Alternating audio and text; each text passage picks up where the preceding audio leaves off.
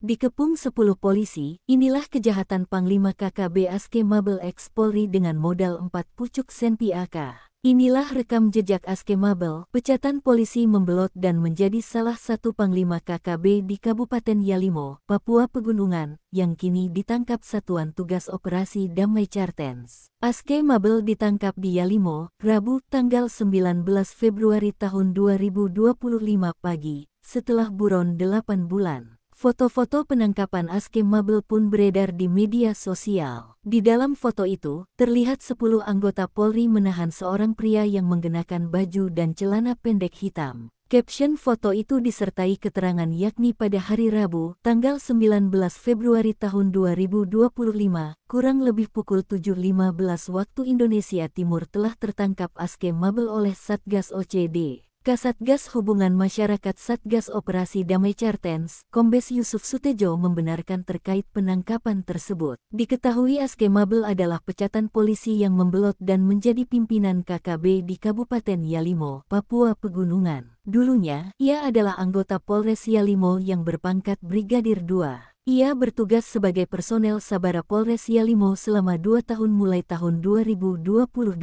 Namun pada pertengahan tahun 2024, Aske Mabel dipecat atau diberhentikan tidak dengan hormat karena desertir atau meninggalkan kedinasan. Dia melarikan diri pada Juni tahun 2024 dengan membawa 4 senjata api laras panjang jenis AK. Tak hanya itu, dia juga membawa 60 butir amunisi milik Polri. Kemudian pada November tahun 2024, beredar video Aske Mabel yang mendeklarasikan diri sebagai pimpinan atau Panglima KKB di Yalimo. Dalam video tersebut, Aske membacakan deklarasi didampingi 3 orang yang masing-masing memegang senjata laras panjang. Diketahui juga pada Rabu, tanggal 8 Januari tahun 2025, KKB Papua pimpinan Aske Mabel juga menembak mati Efraim dan Abdeno Todona, 2 tukang kayu di Kampung Hobakma, Distrik Elelim, Kabupaten Yalimo, Provinsi Papua Pegunungan. Kemudian juga aksi yang dilakukan Aske Mabel diakui oleh juru bicara Tentara Pembebasan Nasional Papua Barat Organisasi Papua Merdeka Sebi Sambom. Sebi Sambom mengatakan, Aske Mabel diperintahkan oleh Yefri Pagawak Bomanak, salah satu pimpinan OPM di wilayah Papua.